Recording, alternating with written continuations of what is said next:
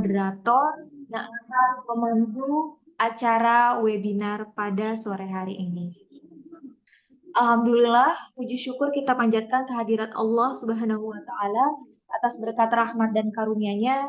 Kita dapat berkumpul secara virtual dalam rangka webinar nasional peringatan Hari Santri Nasional 2025. Tepat ya, pada hari ini jatuh pada 22 Oktober 2025.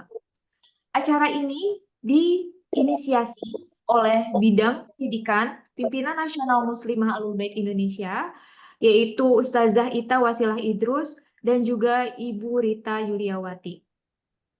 Webinar pada sore hari ini mengusung tema Pendidikan Nabi, Selamatkan Generasi Pelanjut Pecinta Ahlul Bait.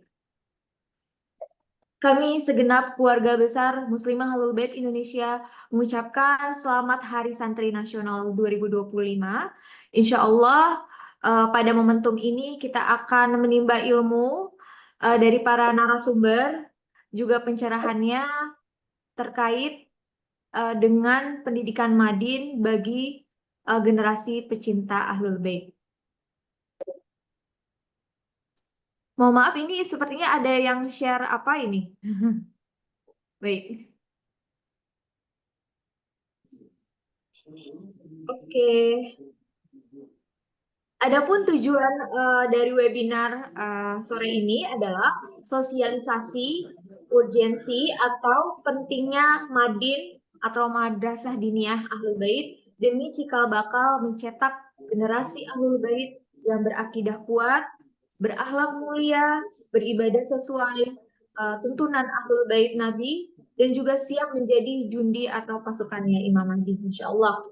Berikut izinkan saya membacakan susunan acara. Yang pertama adalah pembukaan. Yang kedua menyanyikan lagu Indonesia Raya dan Mars Muslimah Abi. Lalu sambutan Ketua Pimpinan Nasional Muslimah Abi. Dan di acara inti yaitu presentasi dari kedua narasumber. Lalu dilanjutkan sesi tanya jawab dan diakhiri dengan doa dan sesi dokumentasi. Baik, demi keberkahan acara ini, marilah kita sama-sama buka dengan membaca basmalah ma'as sholawat. Bismillahirrahmanirrahim.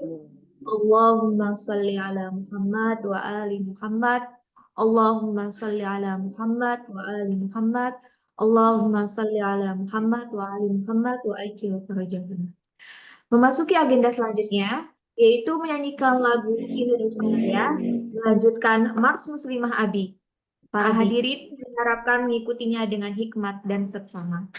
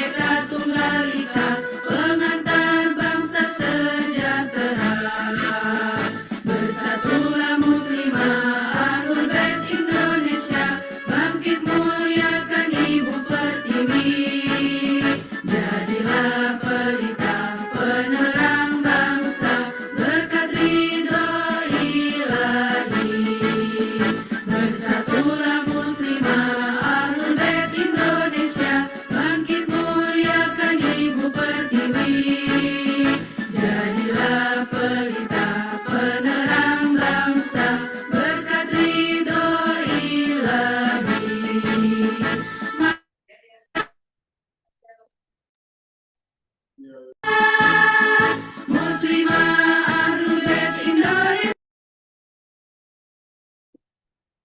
kasih.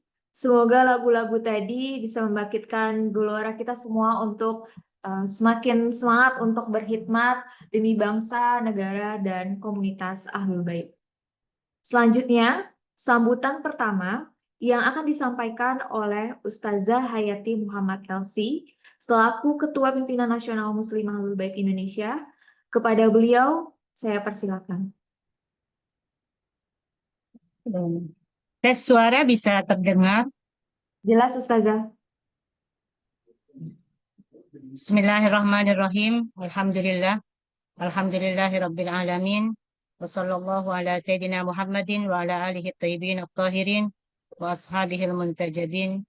Rabbi shrahli sadri wa yassirli amri wa hlul 'uqdatam min lisani yafqahu qawli. Amma ba'd. Assalamualaikum warahmatullahi wabarakatuh. Waalaikumsalam Yang saya warahmatullahi hormati Ustadz Zahir bin Yahya, Ketua Dewan Pembina Lembaga Otonom Muslimah Ahlul Bait Indonesia, yang sekaligus hari ini menjadi narasumber pada acara webinar Madin Nasional.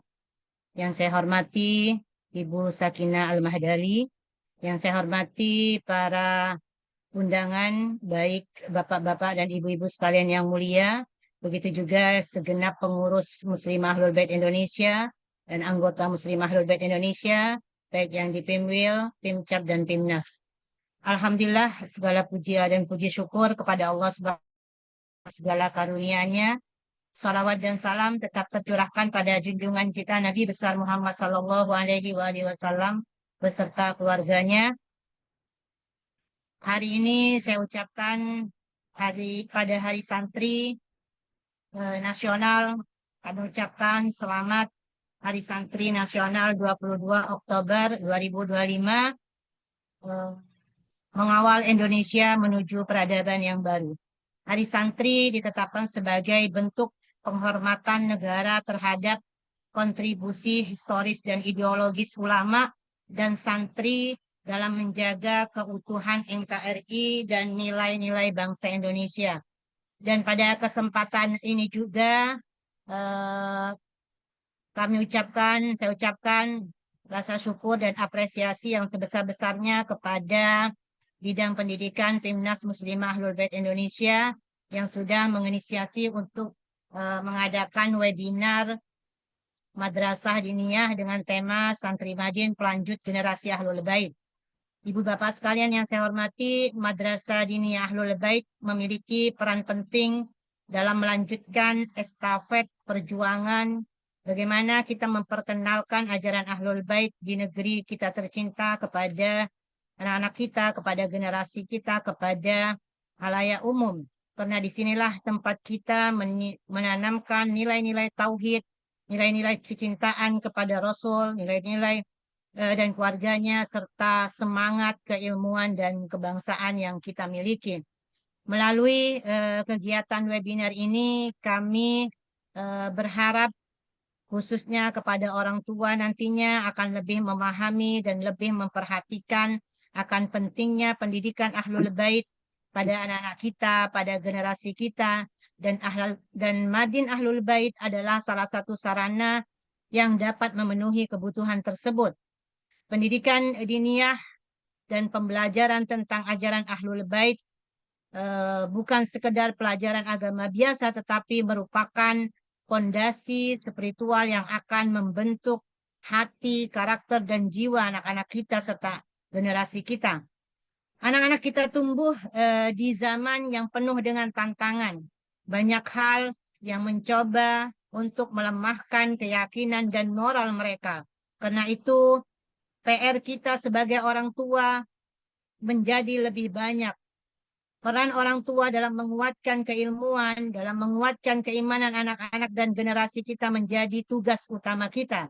Dan ilmu Ahlul Bait yang akan kita ajarkan kepada mereka menjadi cahaya yang mampu menjaga dan menguatkan jiwa mereka agar mereka nantinya tumbuh menjadi generasi yang berilmu, generasi yang beriman dan berakhlak mulia dan memiliki kekuatan spiritual yang kokoh dan mampu menghadapi tantangan zaman. Dengan ilmu Ahlul Bait, mereka akan belajar menjadi baik, bukan karena takut, tetapi karena cinta kepada Allah dan keluarga Nabi-Nya.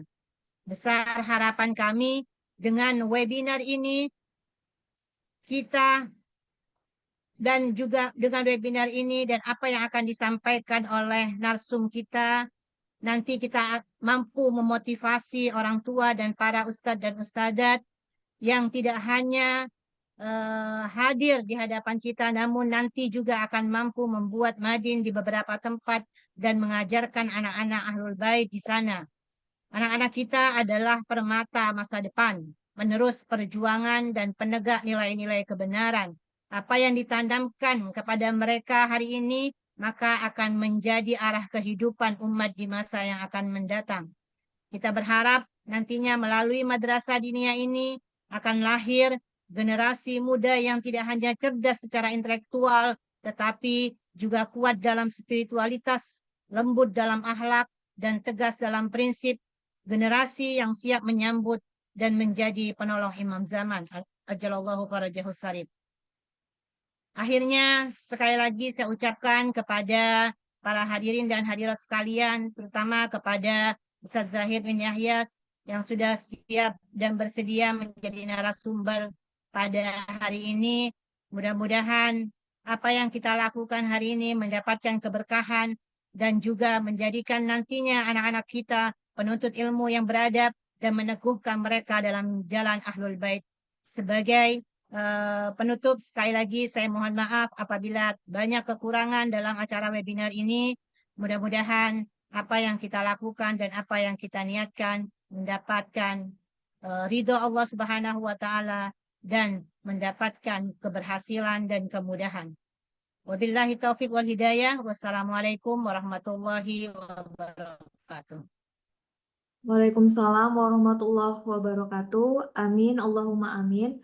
Semoga tadi apa yang disampaikan, harapan-harapan yang disampaikan Ustazah bisa terwujud.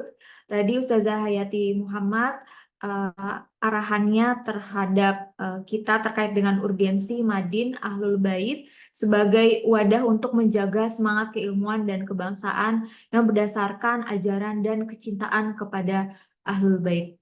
Baik, para hadirin yang berbahagia, kini kita akan memasuki acara inti yaitu diskusi pemaparan materi yang akan disampaikan kedua narasumber. Insya Allah semoga apa yang nanti disuguhkan oleh kedua narasumber yang tengah hadir tidak di tengah-tengah kita dapat memberikan kesadaran terhadap orang tua generasi pecinta Ahlul Bait untuk mengikutsertakan putra-putrinya ke Madin Ahlul Bait sebagaimana harapan yang tadi disampaikan oleh Ketua Pimpinan Nasional Muslimah ABI. Materi pertama akan dipaparkan oleh Al-Ustaz Zahir bin Yahya. Assalamualaikum Ustaz. Waalaikumsalam warahmatullahi wabarakatuh. Oke, sudah siap ya Ustaz. Kepada Ustaz Zahir, waktu dan layar kami persilahkan. Silakan Ustaz.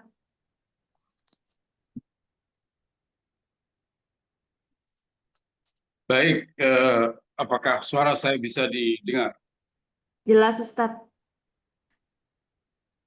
A'udzu billahi minasyaitonir rajim. Bismillahirrahmanirrahim. Alhamdulillahi rabbil alamin wassalatu wassalamu ala asyrafil anbiya'i wal mursalin habibina wa habibi ilahil alamin.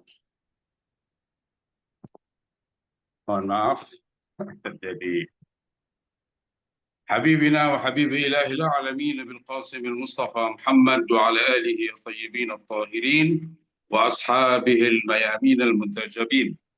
Yang saya hormati Ketua Pimnas Muslimah ABI, Ibu Hayati, beserta jajaran, ada Ibu Sekjen dan juga lainnya. Terkhusus para pengurus bidang pendidikan dari Pimnas Muslimah ABI yang telah berinisiatif untuk menyelenggarakan kegiatan webinar ini. Yang saya hormati segenap peserta webinar, baik dari unsur pimpinan dan pengurus Muslimah ABI di tingkat wilayah dan juga cabang. Begitu juga para peserta webinar dari kalangan anggota muslimah dan non-anggota juga, yang saya tahu kegiatan ini terbuka untuk umum ya. Jadi seluruhnya, Assalamualaikum warahmatullahi wabarakatuh. Waalaikumsalam warahmatullahi Warahmatullahi wabarakatuh. wabarakatuh. Sebagaimana kita ketahui bersama, kegiatan webinar pada sore hari ini diadakan dalam rangka juga memperingati Hari Santri Nasional.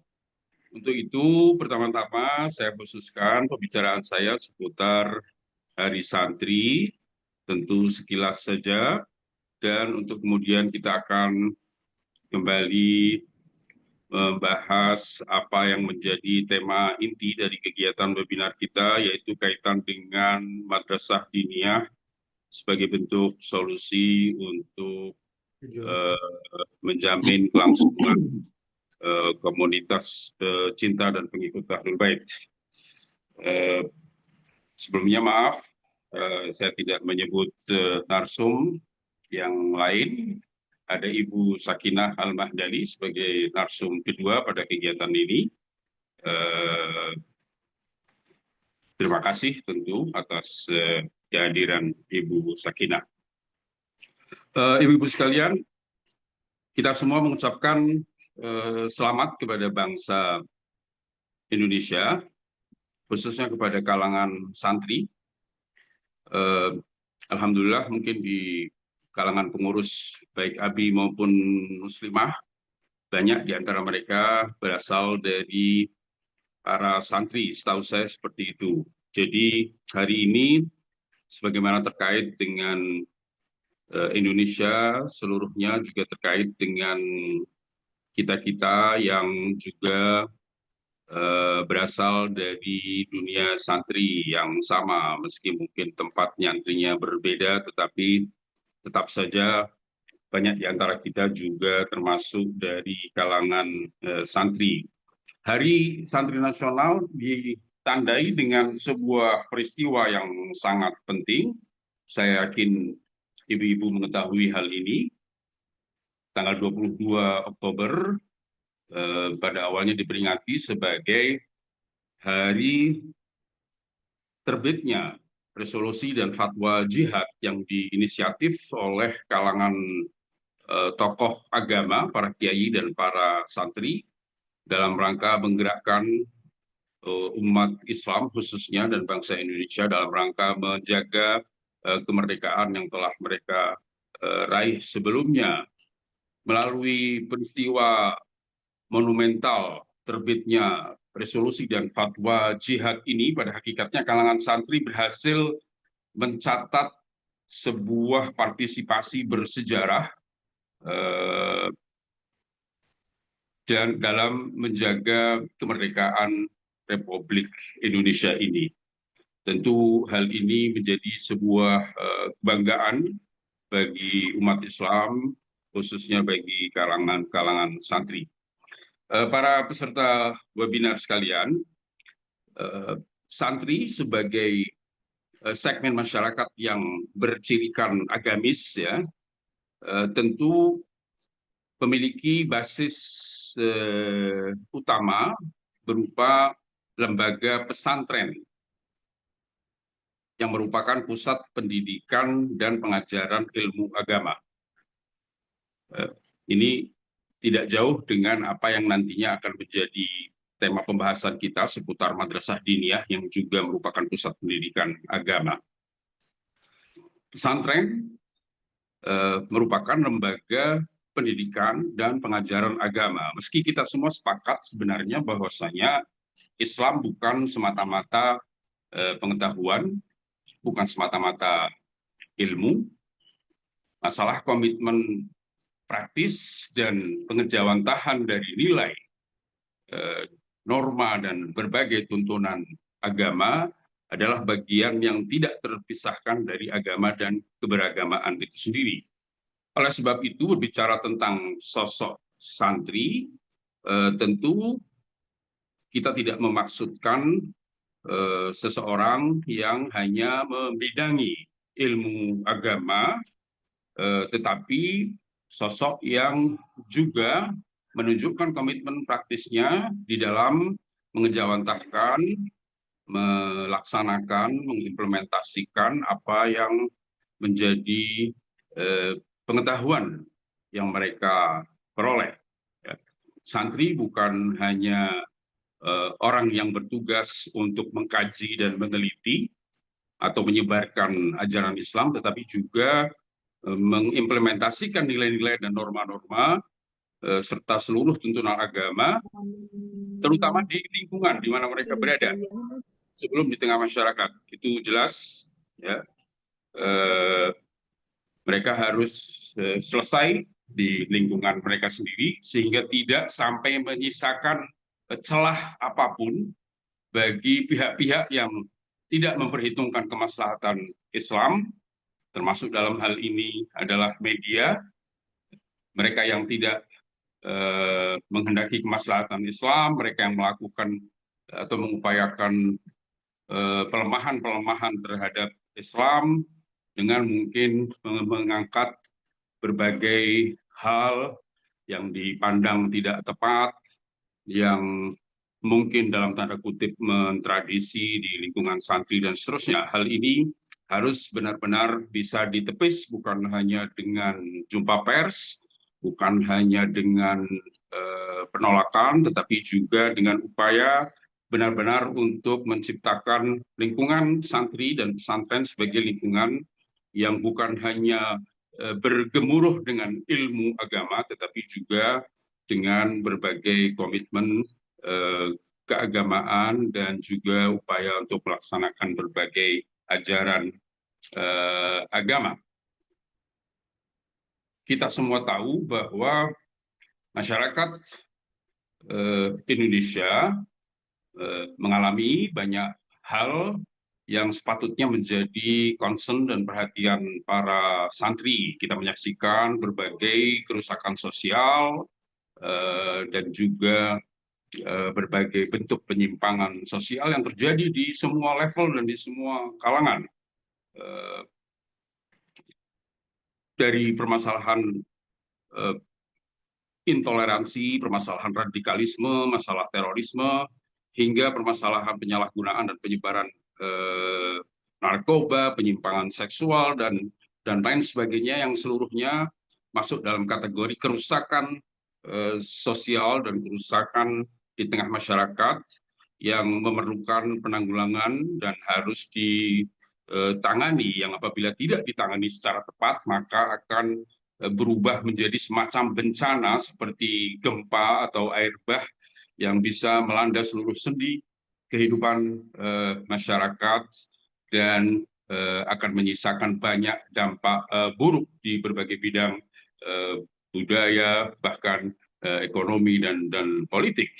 Pertanyaannya adalah apa sih sebenarnya peran agama dan juga kalangan santri terkait dengan upaya untuk pencegahan dan penanggulangan terhadap berbagai kerusakan dan penyimpangan yang terjadi di tengah masyarakat. Kita yakin bahwa Islam yang dihadirkan dan diturunkan oleh Allah Subhanahu wa taala untuk menjadi agama yang terakhir, kita yakin bahwasanya seluruh tuntunan Islam, seluruh norma dan aturan yang diturunkan dan menjadi bagian dari ajaran Islam, bahkan berbagai budaya religi yang bersumber kepada Islam akan mampu berpengaruh atas keselamatan baik individu maupun masyarakat. Islam seyogyanya juga mampu menciptakan ketahanan pada setiap individu muslim dan juga pada masyarakat untuk menghadapi berbagai gangguan dan kerusakan yang timbul di tengah masyarakat. Agama Islam yang dipelajari di pesantren-pesantren, yang dipelajari di madrasah-madrasah diniyah, pada hakikatnya bisa menjadi faktor yang efektif dan seharusnya demikian, menjadi faktor yang efektif untuk melakukan pencegahan atau penanggulangan terhadap berbagai kerusakan sosial. Dan para santri seharusnya mampu juga menjadi agen-agen yang mempromosikan resep-resep yang dihadirkan oleh Islam untuk menyelesaikan berbagai permasalahan di tengah masyarakat. Para peserta webinar sekalian, sebagaimana yang tadi saya singgung, Hari Santri atau 22 Oktober yang diperingati sebagai Hari Santri Nasional juga bertepatan dengan momentum yang tidak kalah penting, yaitu momentum penerbitan resolusi dan fatwa jihad yang pernah diterbitkan oleh para ulama. Jujur, meski saya tentu ikut senang kenapa santri bisa memiliki hari nasional sendiri. Tentu hal itu sangat menyenangkan. Kita semua sepakat bahwa memang perlu ada hari untuk mengapresiasi, untuk memahami lebih jauh, untuk mempromosikan lebih luas sosok-sosok keagamaan, di antaranya adalah para santri. Tentu hal ini sangat membahagiakan kita, umat Islam. Namun demikian, entah saya harus mengedepankan kebahagiaan yang satu ini atau mengkhawatirkan bahwa latar belakang peristiwa yang kemudian harinya disebut sebagai Hari Santri Nasional adalah peristiwa yang menurut saya salah satu dari peristiwa-peristiwa penting, bahkan mungkin secara keagamaan kita bisa menyebutnya sebagai salah satu dari ayyamullah, ya, hari-hari Allah, di mana Allah menunjukkan keagungan dan kebesarannya, di mana melalui Islam dan partisipasi para ulama, negeri tercinta Indonesia terselamatkan dari upaya penjajahan yang kedua dan berhasil mempertahankan kemerdekaan mereka. Terbitnya resolusi jihad yang dikeluarkan oleh para ulama tidak boleh sama sekali tertutupi atau terlupakan dalam setiap peringatan Hari Santri Nasional ini. Saya tentu husnudzon bahwasanya kenapa Hari Santri Nasional jatuh di tanggal 22 Oktober, semoga hal itu dalam rangka menghidupkan partisipasi besar kalangan santri dalam sejarah kemerdekaan ini, dan betapa hal itu sebetulnya mengusung makna yang sangat dalam. Jadi penetapan Hari Santri Nasional dengan menggunakan momentum hari penerbitan resolusi dan fatwa jihad, menurut saya mengusung banyak pesan dan makna. Salah satunya adalah bahwa santri sebagaimana sibuk dengan mempelajari ilmu agama, menerapkan berbagai tuntunan agama dalam kehidupan individu, keluarga, dan masyarakatnya, santri yang sama juga harus aktif dalam upaya melawan tirani dan kezaliman yang terjadi di tengah masyarakat. Upaya untuk turut menegakkan nilai-nilai keadilan di tengah masyarakat tidak boleh lepas, tidak boleh ditanggalkan dari identitas seorang santri. Santri yang beneran, ulama dan kiai yang beneran adalah seperti yang dicontohkan oleh tokoh agama kita di masa lalu, apa yang diwariskan oleh mereka dalam bentuk perhatian dan kepedulian yang besar terhadap kezaliman yang terjadi di tengah masyarakat dan upaya untuk menegakkan keadilan. Karena tentu fenomena penjajahan adalah simbol tirani dan kezaliman yang terjadi di tengah masyarakat. Maka dari itu seorang santri tidak boleh tinggal diam terhadap kezaliman terbesar yang terjadi di tengah masyarakat dalam bentuk penjajahan, di mana di abad 21 Masehi wajah dunia masih juga dicemari dengan fenomena penjajahan yang terjadi di tanah pendudukan Palestina. Tentu hal ini merupakan celah dan aib besar yang lekat di dahi umat manusia seluruhnya, khususnya bangsa-bangsa merdeka dan terkhusus lagi umat Islam, termasuk mereka yang hidup di negeri tercinta Indonesia, yang di saat secara tuntunan agama mereka memang diperintah untuk melawan kezaliman, konstitusi negeri ini juga dengan sangat tegas mengamanatkan dukungan kepada bangsa-bangsa yang belum menikmati kemerdekaan untuk turut mendukung mereka meraih kemerdekaan. Karena sebagaimana yang saya katakan tadi, penegakan keadilan adalah bagian bukan hanya inherent dengan ajaran Islam, tetapi menjadi target dan tujuan dari seluruh ajaran yang diturunkan. Artinya filosofi dari kehadiran Islam, dari diutusnya para rasul dan para nabi di tengah umat manusia adalah dalam rangka umat manusia bisa menegakkan keadilan, dan hal ini sangat jelas ditegaskan dalam surat Al-Hadid ayat 25 yang mengatakan laqad arsalna rusulana bil bayyinat wa anzalna ma'ahumul kitaba wal mizana liyaquman nasu bil qist. Sungguh kami telah mengutus para rasul dan memberikan melengkapi mereka dengan bukti-bukti, dengan berbagai fakta-fakta dan kebenaran. Kami turunkan ke atas mereka Alkitab dan juga neraca.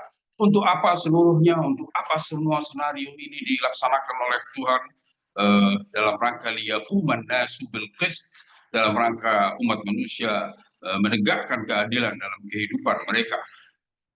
Dengan demikian penegakan keadilan adalah bagian yang tidak bisa terpisahkan dari Islam, bahkan itu adalah tujuan dari diutusnya para nabi dan diturunkannya wahyu. Oleh sebab itu siapapun yang menyatakan dirinya sebagai santri tidak boleh melupakan bagian yang paling substansial dari ajaran Islam ini. Kita sepatutnya dan selayaknya menantikan kehadiran para santri dalam semua kegiatan untuk putus. Suara saya putus? Oke. Tidak, Ustaz, masih lanjut masih. Baik. Selayaknya kita semua menantikan partisipasi dan kehadiran para santri di berbagai momen untuk memperjuangkan keadilan dan kemerdekaan bagi bangsa yang masih belum menikmati kemerdekaan. Jangan sampai santri hanya bersedia untuk berdemo ketika tokohnya atau kiainya dinistakan. Tentu hal itu tidak salah untuk dilakukan. Mereka layak membela tokoh mereka, ustadz mereka, kiai mereka. Tetapi kehadiran di ajang-ajang penting dalam rangka turut membela bangsa dan rakyat yang masih ditindas dan masih dijajah seperti bangsa Palestina juga seharusnya menjadi arena bagi para santri untuk turut aktif membela dan menegakkan keadilan tersebut.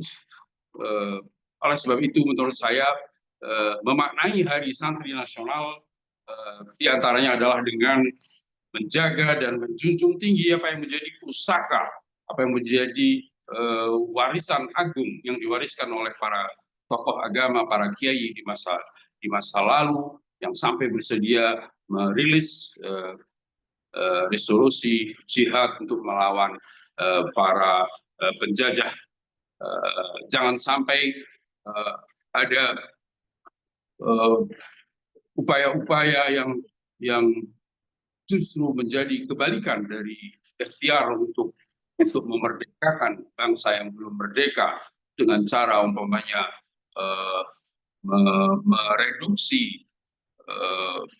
mereduksi arti penting dari perlawanan terhadap penjajah. Jangan sampai ada upaya untuk menjustifikasi dan membiarkan pihak-pihak tertentu melakukan upaya normalisasi dengan entitas Zionis, karena bersamai Zionis dan para penjajah tidak lebih tidak kurang adalah bentuk keberpalingan dan bentuk pengkhianatan terhadap perjuangan para leluhur, para kiai dan para santri di masa lalu. Ini tentu menjadi harapan kita semua, keaktifan para santri untuk turut memperjuangkan nilai-nilai sosial dan juga memperjuangkan kemerdekaan dan keadilan dalam kehidupan umat manusia. Ibu-ibu dan akhwat sekalian, kita kembali kepada tema webinar kita pada sore hari ini, yaitu Madin, selamatkan generasi pecinta Ahlul Bait atau generasi pelanjut pecinta Ahlul Bait. Menurut saya tema ini amat sangat urgent untuk bisa dikemukakan, dibahas, dipahami, dan kemudian ditindaklanjuti dalam bentuk langkah-langkah nyata. Dari tema yang disampaikan oleh penyelenggara, saya paham bahwasanya webinar kita tidak dalam rangka membahas berbagai teori pendidikan, tidak dalam rangka mengetengahkan berbagai tuntunan keagamaan bahkan terkait dengan masalah pentingnya pendidikan agama khususnya untuk anak-anak, tetapi lebih ke arah tinjauan yang bersifat solutif terhadap permasalahan, di mana kita sebagai pengikut dan pecinta Ahlul Bait menyaksikan dan menghadapi banyak tantangan, bahkan ancaman yang bisa menghadang laju kemajuan dari komunitas, bahkan bisa mengancam dan membahayakan kelangsungan dari komunitas itu sendiri. Di antaranya adalah permasalahan apa yang mungkin bisa disebut sebagai generasi yang hilang. Bagaimana melihat Madin sebagai solusi terhadap ancaman atau sebagai bentuk antisipasi terhadap ancaman dan bahaya yang mungkin bisa menimpa kita sebagai pecinta dan pengikut Ahlul Bait di negeri tercinta Indonesia. Itu yang mungkin menjadi concern kita bersama. Untuk itu saya ingin mengawali pembahasan seputar pentingnya Madin di tengah komunitas pengikut Ahlul Bait dengan memberikan ilustrasi tentang bahwa nyata-nyata para pecinta dan pengikut Ahlul Bait di negeri tercinta Indonesia tengah menghadapi banyak tantangan, bahkan ancaman yang cukup serius yang harus mendapatkan perhatian, utamanya bagi mereka yang memang aktif di tengah masyarakat, terkhusus mereka yang aktif di ormas-ormas Ahlul Bait yang mencoba untuk hadir sebagai solusi bagi berbagai permasalahan komunitas. Ibu-ibu dan akhwat sekalian, kita tahu bahwa sebagai elemen, salah satu elemen yang tergolong baru dalam tanda kutip di tengah masyarakat Indonesia, para pengikut Ahlul Bait yang memiliki tata keyakinan yang khas bagi mereka, bahkan memiliki juga tata nilai dan norma-norma yang khas bagi mereka, ketika mereka berusaha untuk tetap eksis di negeri ini, berusaha untuk bahkan mengaktualisasikan keberadaan mereka, bahkan mengembangkan keberadaan mereka di negeri ini. Tentu saya yakin tidak ada seorang pun dari mereka yang beranggapan bahwa mereka bisa mencapai tujuan dan keinginan penting dan besar ini dengan melewati jalan yang sepenuhnya mulus tanpa ada aral melintang. Saya yakin belum ada di antara kita yang bermimpi demikian. Sebaliknya, para pengikut Ahlul Bait di negeri tercinta Indonesia justru yakin sepenuhnya bahwa untuk upaya menjaga kelangsungan eksistensi mereka, bahkan mengembangkan eksistensi mereka tahun demi tahun, mereka akan berhadapan dengan banyak hal yang bisa merintangi jalan mereka, bahkan ancaman dan bahaya yang dapat mengancam perkembangan dan kelangsungan keberadaan mereka. Kenapa? Karena sederhana saja bahwa ancaman akan selamanya muncul dan timbul dari setiap opsi dan pilihan yang kita pilih, ibu-ibu dan akhwat sekalian. Apapun yang kita pilih pasti di dalamnya terdapat hal-hal yang bisa mengancam atau mengganggu keberlangsungannya atau menghadang laju kemajuannya. Apapun yang kita pilih, bahkan di dunia bisnis sekalipun, pilihan bisnis kita tentu akan menghadirkan tantangannya sendiri. Apalagi pilihan agama, ideologi, mazhab, afiliasi kita, pilihan politik kita, atau bahkan pilihan kita untuk aktif di ormas tertentu. Semua pilihan-pilihan itu meniscayakan adanya hal-hal yang bisa mengganggu, yang bisa mengancam, yang bisa menghadang apa yang menjadi keinginan atau apa yang menjadi, sebut saja dalam konteks kehidupan berorganisasi, ada visi, ada misi yang hendak kita wujudkan. Pasti akan timbul hal-hal seperti itu, dan itulah yang secara praktis kita lalui dan kita jalani terus-menerus dari masa ke masa. Jika di era 80-an hingga tahun 2000, ancaman terbesar yang dihadapi oleh komunitas pengikut Ahlul Bait yang baru lahir adalah masalah resistensi dan penolakan dari sebagian anggota masyarakat yang tentu tidak menyukai kehadiran pengikut Ahlul Bait, apalagi perkembangan mereka. Resistensi dan penolakan seperti itu kita saksikan secara nyata dan terus-menerus dalam baju yang berbeda-beda, dalam bentuk kelompok-kelompok yang juga beragam. Apabila itu yang menjadi ancaman utama di masa-masa tersebut, di dasawarsa 80-an, 90-an hingga tahun 2000, kita semua perlu yakin bahwa di tahun ini, di era ini, di masa ini, ancaman-ancaman yang bisa mengancam eksistensi pengikut Ahlul Bait, pertumbuhan mereka, bahkan kelangsungan mereka, sudah menjadi hal-hal yang sangat variatif. Ancaman terhadap komunitas pengikut Ahlul Bait ada hampir di semua lini. Bukan hanya masalah ada kelompok yang resisten terhadap kita.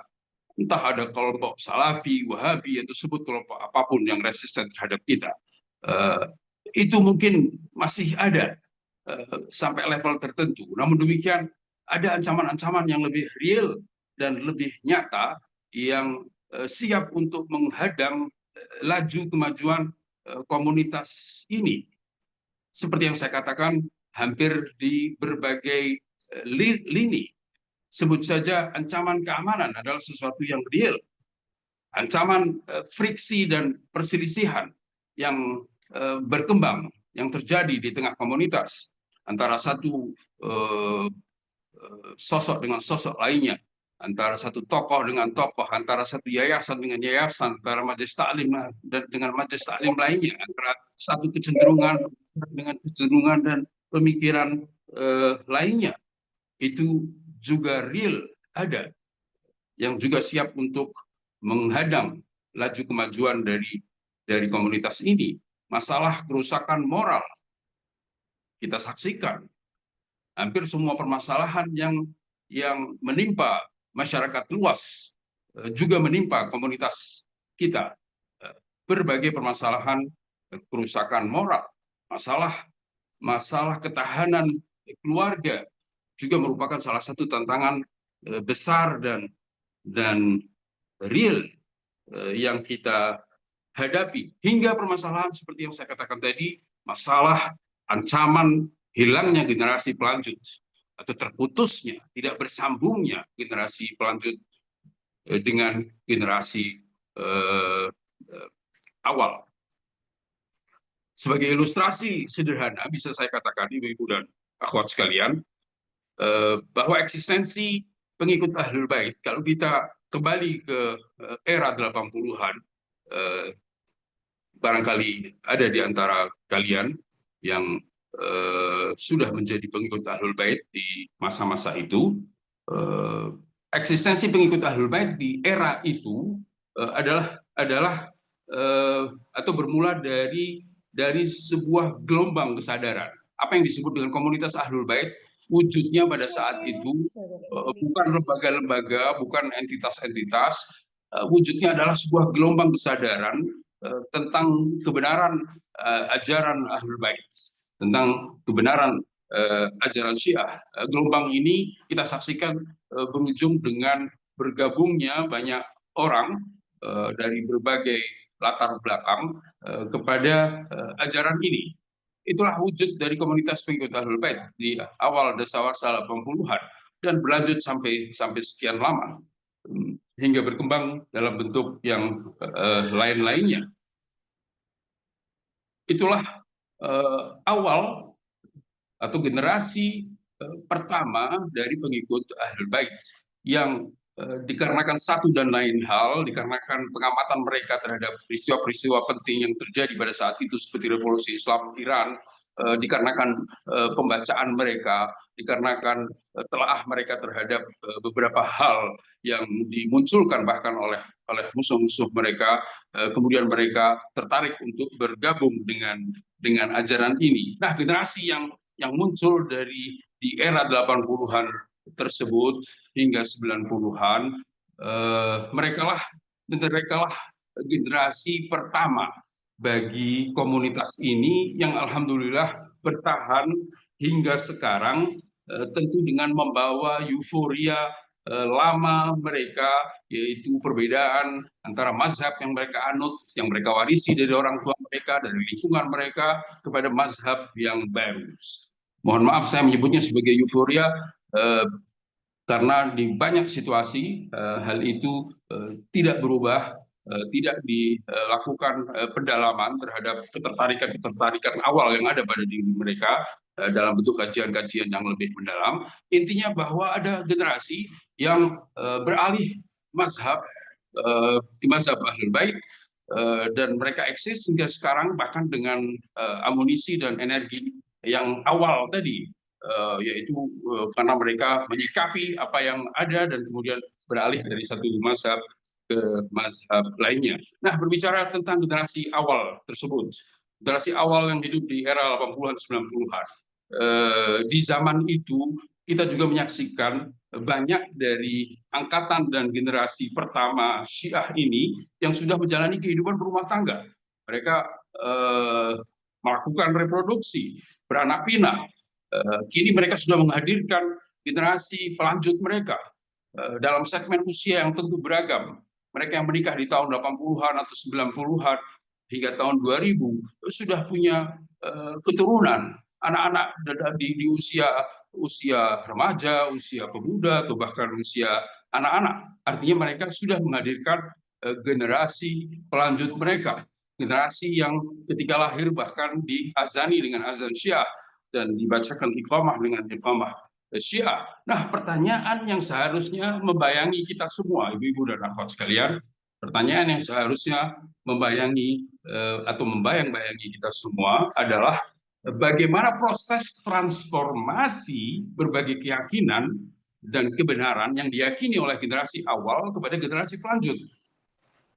Ini yang seharusnya menjadi pertanyaan yang membayang-bayangi kita, dan kita mesti cari jawabannya. Apakah memang terjadi proses transformasi dengan baik dan seperti yang diharapkan atau tidak? Bagaimana generasi awal mentransformasikan, bagaimana generasi pelanjut menyerap apa yang menjadi keyakinan, apa yang menjadi kepuasan-kepuasan intelektual dan keyakinan generasi awal. Apakah mereka mampu menyerap keseluruhannya? Dengan proses seperti apa hal itu terjadi?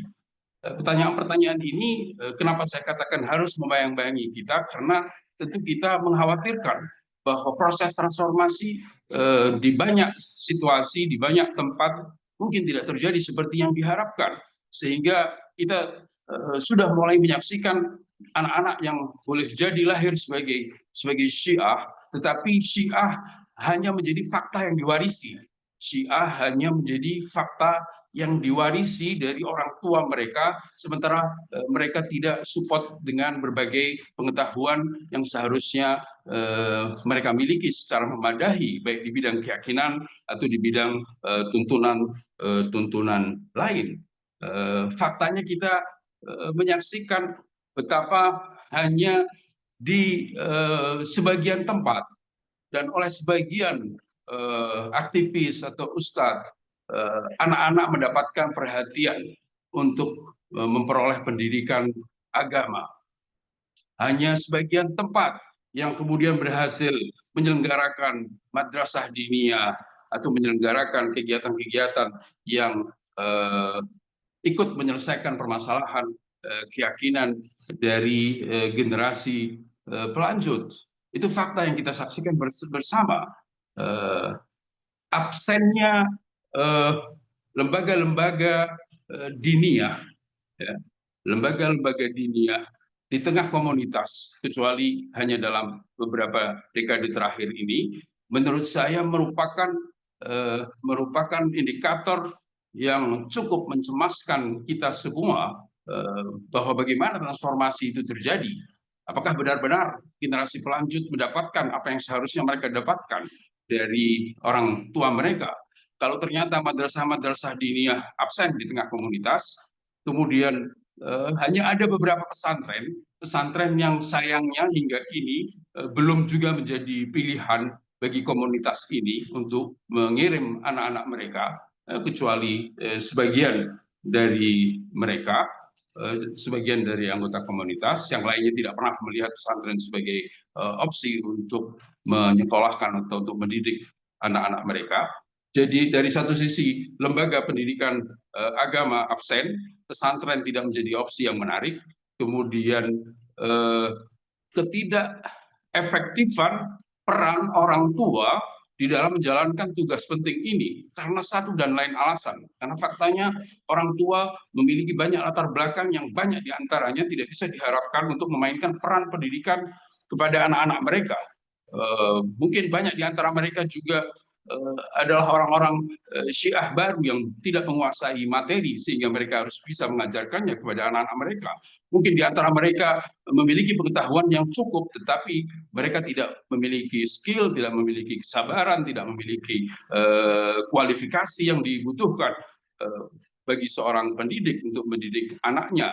Atau bahkan yang terparah adalah orang-orang tua yang beranggapan bahwa peran utama mereka adalah mencukupi anak-anak mereka dari sisi kebutuhan materi saja, dan urusan agama adalah urusan para ustadz atau pesantren dan seterusnya, sehingga mereka tidak memainkan peran sebagai pendidik untuk anak-anak mereka. Situasi seperti itu yang kita saksikan sungguh mengkhawatirkan timbulnya ancaman apa yang saya sebut sebagai terputusnya generasi pelanjut dari generasi awal.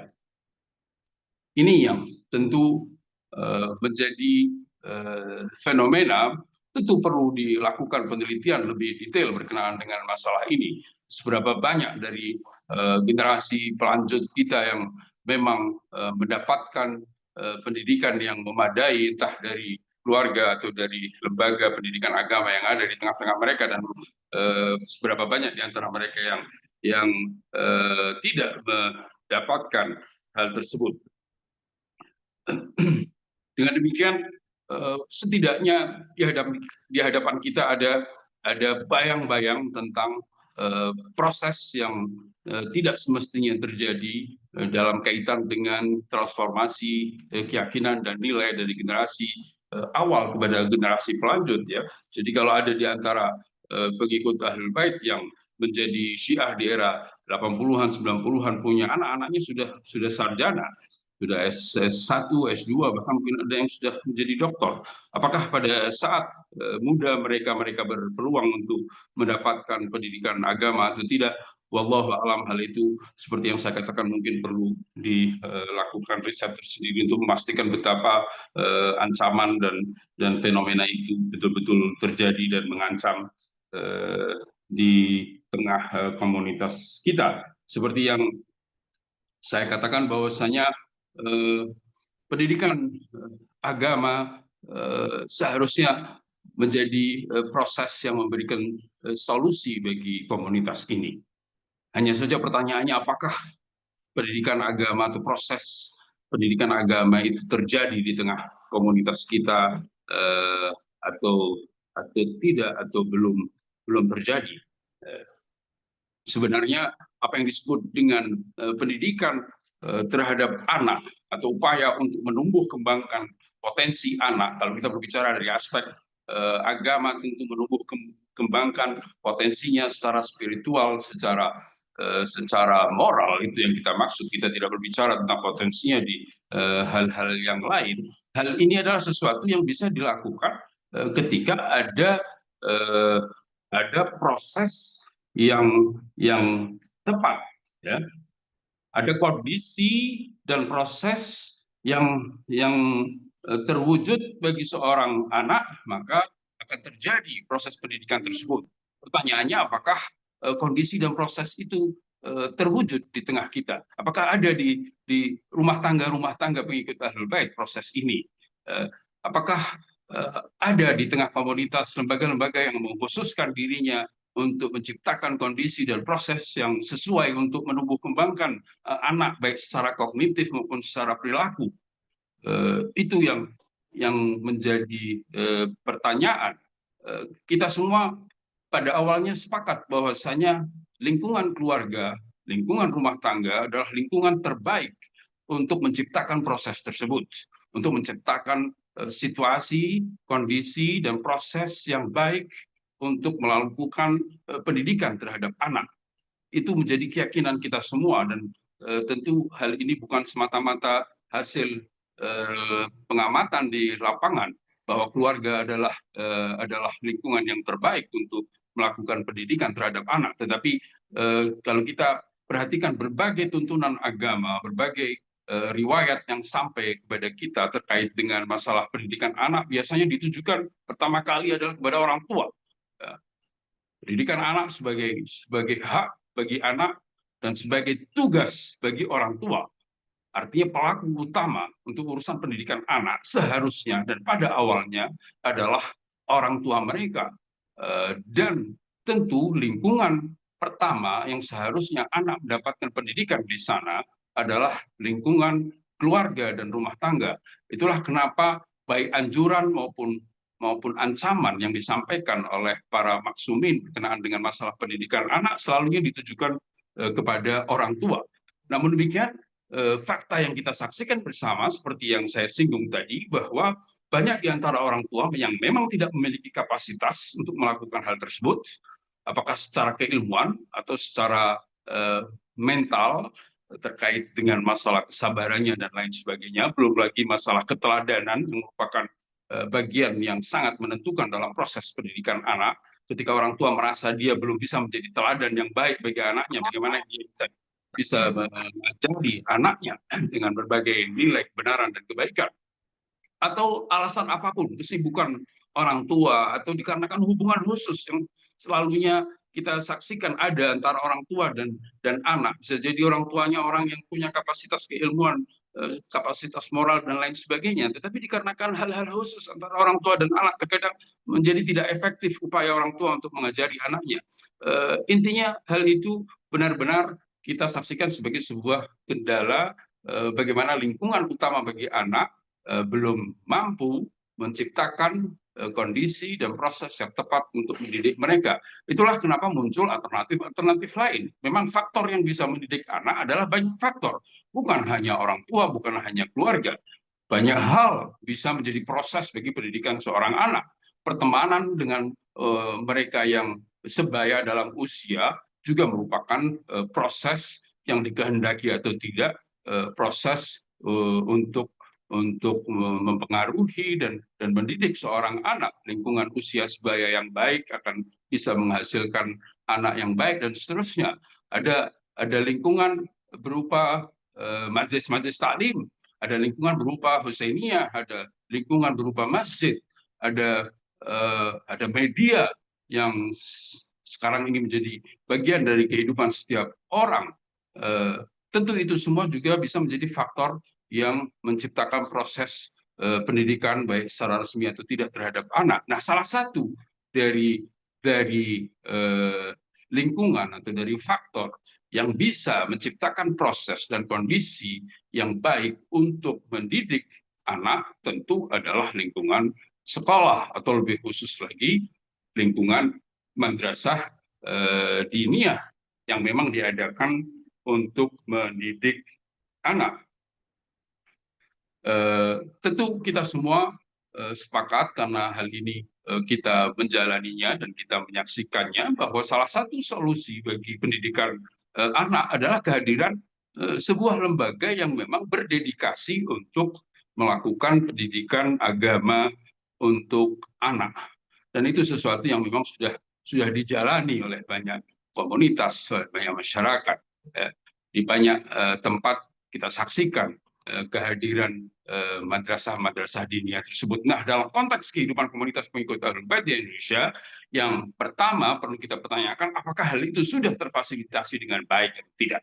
Karena berbicara tentang fungsi sebuah madin di tengah komunitas pengikut Ahlul Bait, tentu kita tidak ingin membatasi madin yang hanya melakukan pengajaran, yang hanya melakukan pemindahan informasi yang kali ini dalam kaitannya dengan agama kepada anak.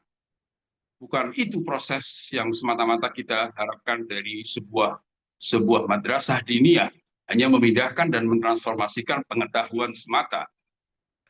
Yang kita harapkan dari keberadaan sebuah madrasah diniyah adalah sebuah wahana, sebuah sarana yang benar-benar bukan hanya memindahkan pengetahuan, tetapi juga mampu menumbuh kembangkan apa yang menjadi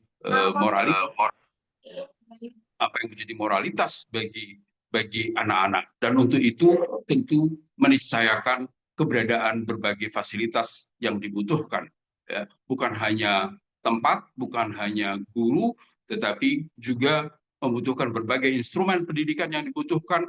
Ada kurikulum yang sesuai, ada silabusnya, ada guru yang kompeten, ada yang tidak kalah pentingnya adalah interaksi yang manusiawi yang terjadi di lingkungan sebuah madrasah diniyah, di mana anak tidak hanya dianggap sebagai sasaran pendidikan tanpa memperhatikan apa yang menjadi dorongan-dorongan dan kecenderungan dirinya sesuai dengan usianya, tetapi dilakukan interaksi yang lebih manusiawi di mana anak sesuai dengan kebutuhan usianya, sebagaimana juga diajari, juga diarahkan, juga diajak main dan lain sebagainya sesuai dengan berbagai teori yang dikembangkan dalam kaitannya dengan masalah ini.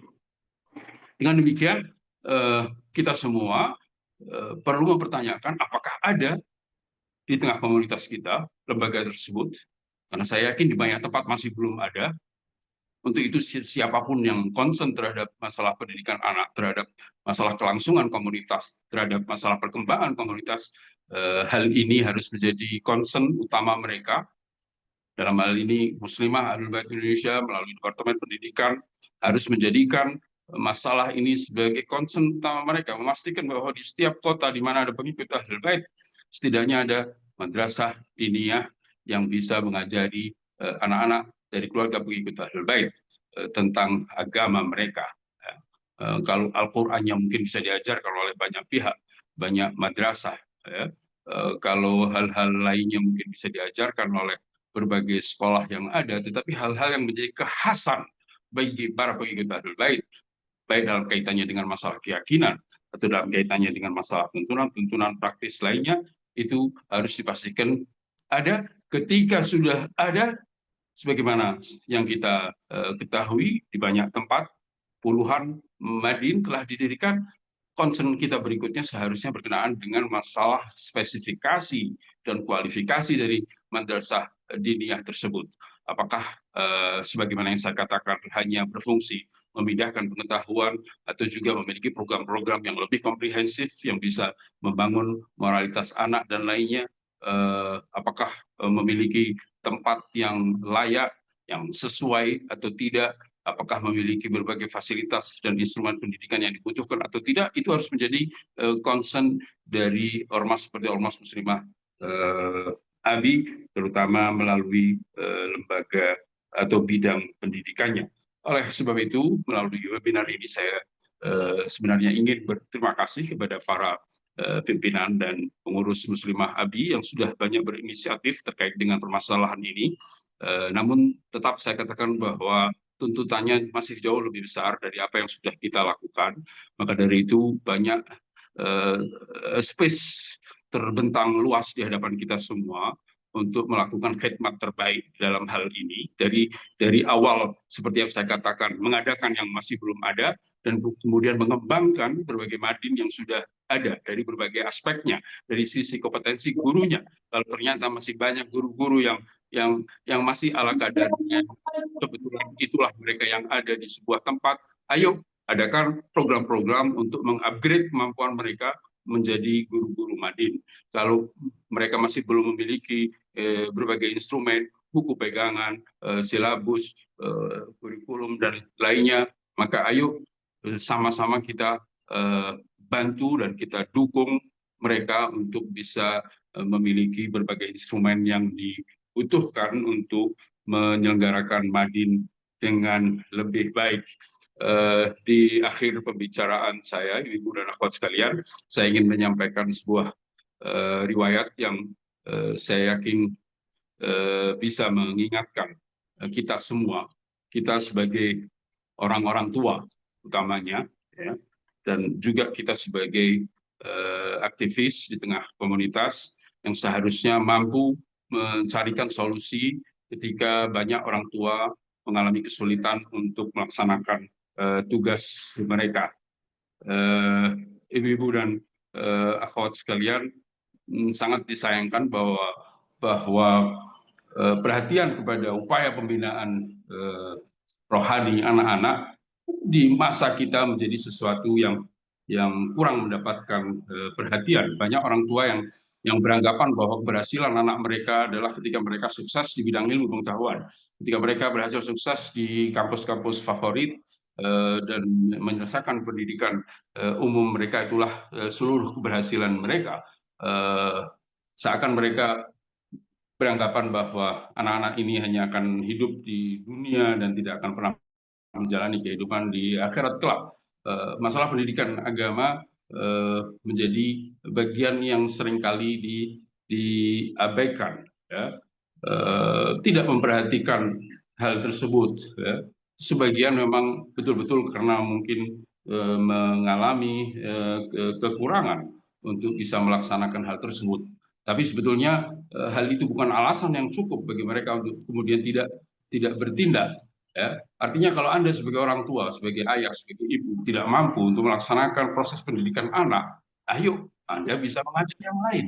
Anda bisa mendorong komunitas ini. Kalau ada Fatimiyah di lingkungan Anda, dorong mereka untuk andil di dalam mewujudkan dan memenuhi kebutuhan ini. Kalau ada muslimah, minta mereka untuk turut andil menyelesaikan urusan ini. Kalau ada ustadz, ustazah, minta mereka untuk melakukan kewajiban ini melalui mereka. Jika tidak, maka naudzubillah, jangan sampai kita tergolong orang-orang yang sudah diperingatkan oleh Rasul jauh hari.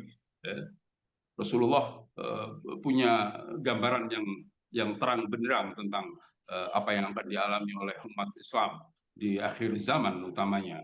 Bayangkan bahwa seorang Rasul yang maha kasih, maha sayang, Rasul yang rahmatan lil alamin, suatu hari ketika melihat ada beberapa anak tengah bermain, kemudian beliau berteriak mengatakan, wailun li auladi akhir zaman min abaihim. Sungguh celaka anak-anak akhir zaman. Rasul yang yang penuh kasih sayang tersebut menyebut wail, maka anak-anak di akhir zaman. Kenapa celaka? Min abaihim, dari orang tua mereka sendiri. Celaka karena orang tua mereka sendiri. Sebagian sahabat yang berada di sekitar Rasul pada saat itu bertanya kepada beliau, min abaihim al-musyrikin. Apakah mereka memiliki orang tua musyrik sehingga menjadi penyebab dari kebinasaan mereka, dari cilakanya mereka? Apakah karena orang tua mereka orang-orang musyrik? Rasul mengatakan tidak. Bahkan dari orang tua mukmin. Beliau mengatakan la min abaihim al-mu'minin. Celaka anak-anak akhir zaman karena ulah orang tua mereka yang bahkan tergolong orang tua dari kaum mukminin. Kenapa ya Rasulullah? Kenapa keluhan engkau terhadap orang tua mukmin yang menyebabkan kecelakaan bagi anak-anak mereka? Beliau mengatakan orang tua ini la yu'allimunahum syai'an minal faraid. Sebabnya adalah karena mereka tidak mengajarkan kewajiban-kewajiban keagamaan kepada anak-anak mereka. Abai terhadap apa yang dialami oleh anak-anaknya sendiri. Anaknya bisa wudhu dengan benar, wallahu alam, belum pernah tahu. Dia sendiri tidak ikut mengajarkan, dia kirim ke madrasah diniyah atau ke sekolah, kemudian hasilnya seperti apa, apakah mereka bisa memahaminya dan menjalankannya dengan benar, bahkan menyisihkan waktu untuk mengecek, tidak punya. Untuk sekedar mengetahui gimana, apakah anak-anaknya sudah belajar dengan benar, bisa wudhu, bisa sholat, bisa melaksanakan kewajiban-kewajiban lainnya, tidak mencoba untuk menyempatkan dirinya seperti itu. Jadi alasannya la yu'allimunahum syai'an minal faraid, tidak mengajarkan kepada anak-anaknya apapun dari kewajiban agama. Wa idza ta'allamu auladuhum mana'uhum wa radu anhum bi'ardin yasirin minad dunya. Yang lebih parah lagi adalah ada orang-orang tua yang bahkan ketika anaknya sendiri berinisiatif untuk belajar dicegah. Itu tentu tidak terbayangkan keadaan yang seperti itu. Mencegah secara verbal langsung jangan belajar di Madin atau nggak perlu belajar agama, mungkin kita tidak mendapatkan yang seperti itu. Tetapi membebani anak dengan berbagai tugas-tugas lain dan kemudian menggambarkan, mengilustrasikan kepada anak bahwa keberhasilan dia adalah ketika dia lulus dengan nilai yang baik di sekolah menengah, kemudian bergabung ke perguruan tinggi favorit, hanya itu yang ia ilustrasikan kepada anaknya. Pada hakikatnya dia menyita kesempatan anak yang mungkin punya inisiatif sendiri untuk belajar agama. Yang sangat mengkhawatirkan ibu-ibu dan akhwat sekalian, Rasul mengatakan bahwasanya fa'ana minhum bari wa hum minni bura'a. Itu situasi yang seharusnya tidak terjadi ke atas seorang muslim. Ketika Rasul mengatakan bahwa aku berlepas diri dari orang tua seperti itu dan mereka juga berlepas diri dari aku. Jadi hal ini bukan main-main ibu-ibu dan akhwat sekalian, sebuah kewajiban, sebuah tugas yang membebani orang tua pada awalnya dan komunitas sebagai solusi untuk orang-orang tua yang belum bisa menjalankan tugas mereka dengan baik. Semoga Muslimah Ahlul Bait Indonesia bisa menjalankan hal ini dengan lebih baik ke depan sehingga kita tidak lagi terbayang-bayangi oleh kemungkinan terputusnya generasi pelanjut dan ketika mereka tidak mendapatkan apa yang seharusnya mereka peroleh dari berbagai kebenaran yang kita yakini sebagai generasi yang lebih awal. Terima kasih, mohon maaf sudah berkepanjangan. Assalamualaikum warahmatullahi wabarakatuh. Waalaikumsalam warahmatullahi wabarakatuh. Masya Allah.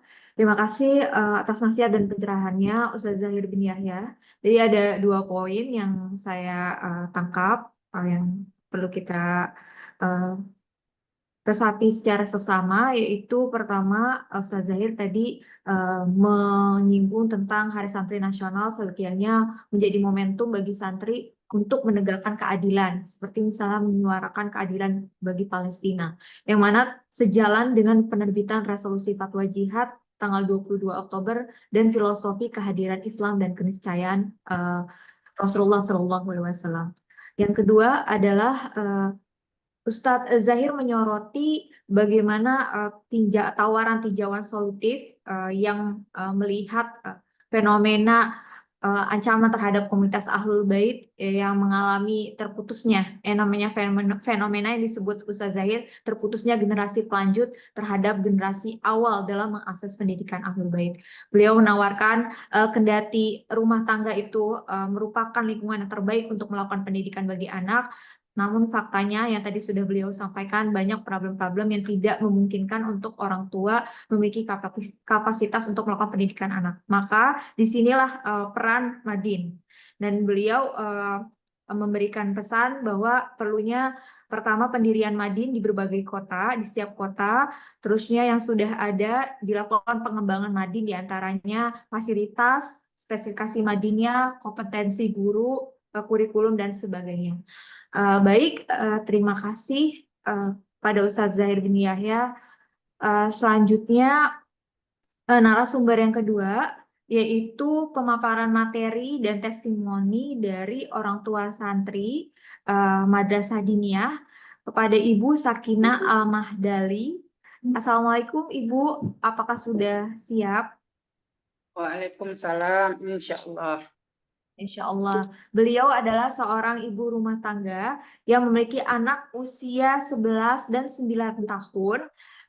Dan anaknya itu sudah 3 tahun ya Ibu ya mengikuti Madin. Baik, langsung saja kita persilahkan kepada Ibu Sakinah Al-Mahdali untuk menyampaikan pemaparannya. Silakan Ibu.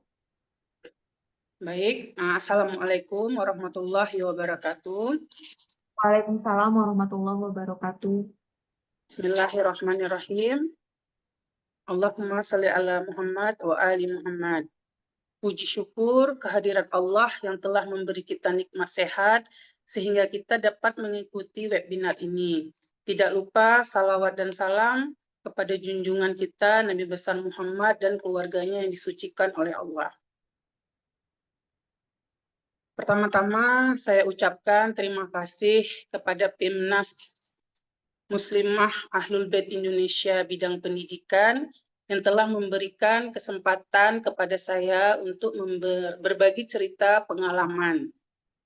Yang saya hormati Ustadz Zahir selaku Ketua Dewan Pembina, yang saya hormati Ustazah Hayati selaku Ketua Pimnas Ahlul Bait Indonesia beserta jajarannya, yang saya hormati Ustazah Wasilah Al-Idrus selaku bidang pendidikan beserta jajarannya, serta seluruh peserta webinar yang saya hormati dan banggakan.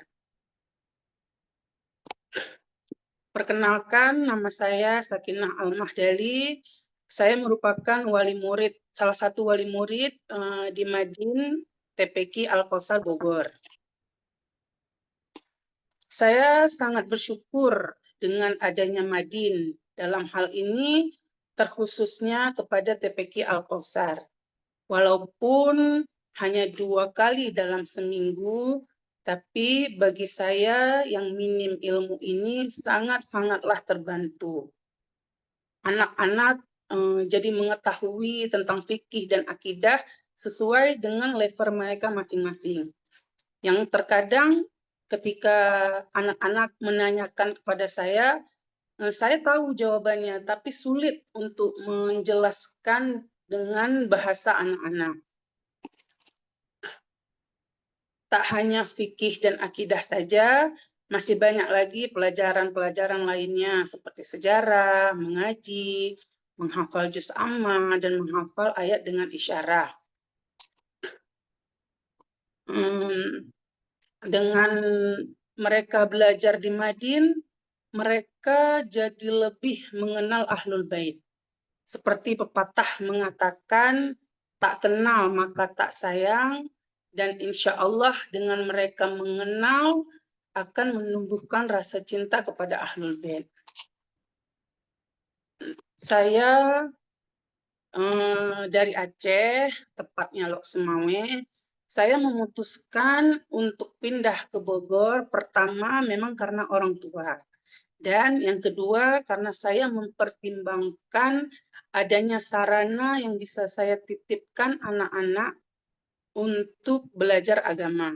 Karena bagi saya belajar agama merupakan fondasi awal yang harus kuat, sehingga nantinya anak-anak akan ada tolak ukur dalam berpikir dan bertindak. Alhamdulillah, anak saya ada 2, dan kedua-duanya sekarang lagi belajar di Madin TPQ Al-Kausar. Yang paling tua level 6 dan yang paling kecil level 3. Alhamdulillah, anak saya yang pertama sekarang ini sangat banget suka menghafal ayat-ayat pendek. Dia selalu menghafalkannya sendiri tanpa saya bantu. Terkadang setiap habis sholat dia hafalkan. Kemudian palingan nanti saya bantu itu ketika dia mengulangnya. Jadi saya dengarkan hafalan dia gitu. Dia melakukan itu atas kesadarannya sendiri tanpa saya paksa, tanpa saya suruh. Sama seperti sholatnya. Begitu juga. Dulu memang harus seperti saya kejar-kejar untuk melakukan sholat. Tapi alhamdulillah saya lihat setelah dia belajar di TPQ, alhamdulillah sholatnya tidak perlu lagi saya suruh. Pernah suatu hari saya tanyakan sama dia, kenapa sih Kak, Mama lihat kok sekarang sholatnya itu Masya Allah ya, nggak perlu Mama suruh lagi gitu kan. Terus dia bilang, karena kakak pengen ziarah mah ke Imam Hussein. Terus saya tanya, lu apa hubungannya? Kemudian dia bilang, ya kan kalau kakak mendahulukan Allah, pasti Allah akan mendahulukan kakak. Saya rasa pemikiran seperti ini tidak mungkin tumbuh dengan sendirinya. Pasti ada motivator, dorongan, dan ilmu pengetahuan yang diserap sehingga anak-anak termotivasi dan menumbuhkan cinta di hatinya kepada Ahlul Bait. Dan saya sangat yakin itu dia dapatkan dari Madin. Lain lagi cerita dengan anak saya yang kedua. Dia memang orangnya lebih ke hal-hal yang praktis ya. Ada kasus-kasus dalam kehidupan sehari-hari yang mereka terapkan ilmunya. Seperti contoh, pernah anak saya ini mimisan. Terus darahnya itu netes ke lantai. Kemudian spontan dia langsung jawab, Ma, adik tahu nih cara cuciinnya gitu kan. Dia bilang, Mama siram aja pakai selang, itu kan pakai air mengalir. Atau Mama siram pakai air dalam gayung. 1 kali basuhan, tapi najisnya Mama ambil dulu. Gitu dia bilang. Nah, pernah juga nih, ini menurut saya lucu, tapi sebenarnya mengandung pesan di dalamnya. Pernah juga dia menanyakan teka-teki sama saya. Ma, apakah yang paling najis di dunia? Saya jawab dong, anjing dan babi. Terus dia bilang, salah Ma, ada lagi yang lebih najis. Waduh, saya berpikir nih, apa ya kira-kira yang lebih najis dari anjing dan babi? Terus saya jawab, udah deh Mama nyerah, emang apa jawabannya? Terus dia bilang nih, anjing yang bersalaman dengan babi sambil minum khamar. Spontan saya ketawa, tapi ya memang terkesan sepele ya, teka-teki, hanya lelucon. Tapi sebenarnya dia itu lagi nerapin ilmu fikih yang dia dapat dari TPQ.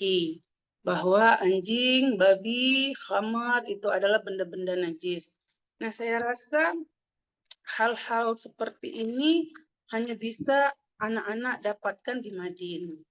Dan masih banyak lagi kasus lainnya yang mereka komparkan kejadian di kehidupan sehari-hari dengan ilmu, dengan pelajaran yang mereka dapatkan di Madin.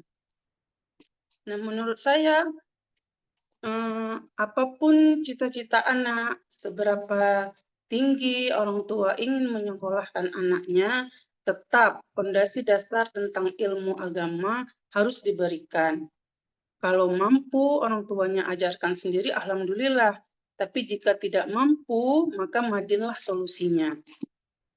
Dan tidak kalah, dan ada satu hal lagi yang tidak kalah penting menurut saya ya, dengan anak-anak belajar di Madin atau di TPQ, ternyata bukan cuma mereka saja yang belajar. Karena pada saat mereka mengulang pelajarannya di rumah, ternyata saat itu saya ikut belajar. Madin ini sebuah anugerah terbesar dari Allah dan hadiah terbesar dari Rasulullah dan Ahlul Baitnya yang sangat wajib kita syukuri dengan memanfaatkannya sebaik mungkin dengan memasukkan anak-anak kita belajar di Madin. Saya rasa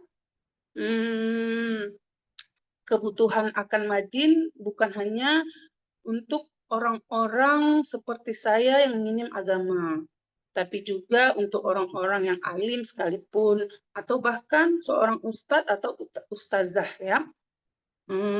Seperti halnya, mungkin saya sedikit bercerita ya tentang kakak saya.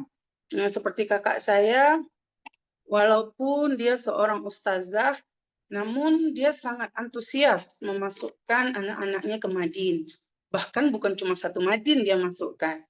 2 Madin sekaligus. Yang Madin pertama di Bogor secara online, dan yang kedua Madin di Semarang secara offline.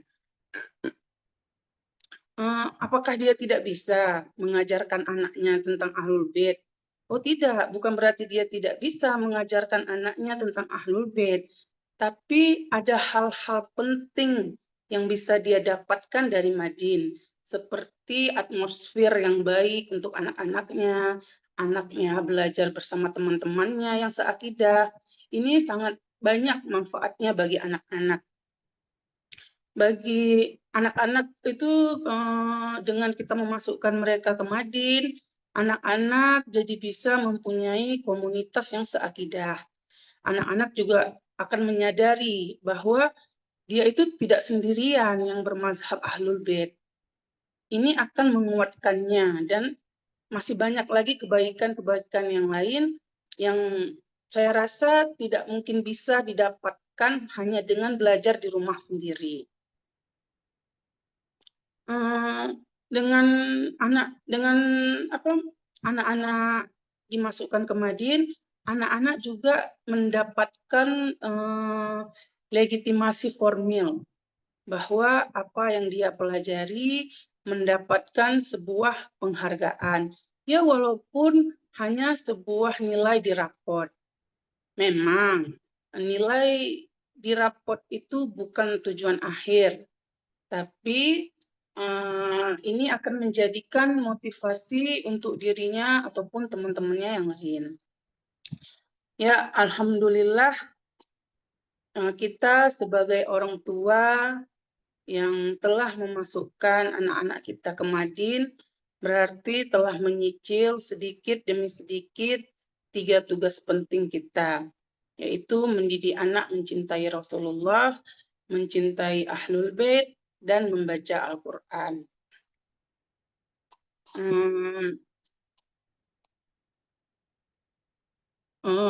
Saya rasa hanya itu saja yang bisa saya sampaikan.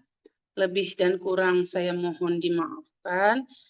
Mungkin sebelum saya menutup sharing saya ini, izinkan saya sedikit berpantun. Bunga mawar tumbuh di taman, harum semerbak menyapa pagi. Belajar di Madin petunjuk jalan, hati bersih menyambut Al-Mahdi. Embun di atas daun, menetes perlahan penyejuk hati. Fikih akidah jadi pegangan, madrasah diniyah sumber yang pasti. Satu lagi ya. Buah timun, buah nenas, tumbuh subur di Taman Pak Udin. Ayo semua ibu-ibu yang cerdas, segera daftarkan anaknya di Madin. Assalamualaikum warahmatullahi Cakep. Cakep. Cakep.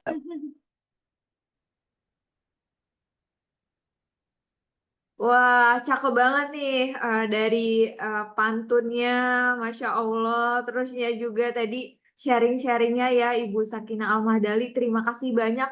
Kayak cocok banget nih Ibu Sakinah Al-Mahdali di-hire jadi apa sih namanya marketingnya Madin Madin nih ya. Tadi promosinya keren banget tuh. Keren banget dan Makasih juga udah Bu dikasih Sakina kesempatan. pengalaman ya. Iya, Pengalaman banget sudah ada ya dua dua anak-anaknya yang di Madin gitu kan ya dan juga tadi sudah sharing ternyata wujud syukur kita dengan keberadaan Madin itu adalah dengan memasukkan anak-anak kita generasi pecinta Ahlul Bait ke dalam Madin. Oke, baik. Terima kasih banyak Ibu Sakinah Al-Mahdali tadi atas sharingnya yang insya Allah sangat-sangat bermanfaat banget buat ibu-ibu, bapak-bapak, para hadirin sekalian yang hadir dalam webinar kali ini.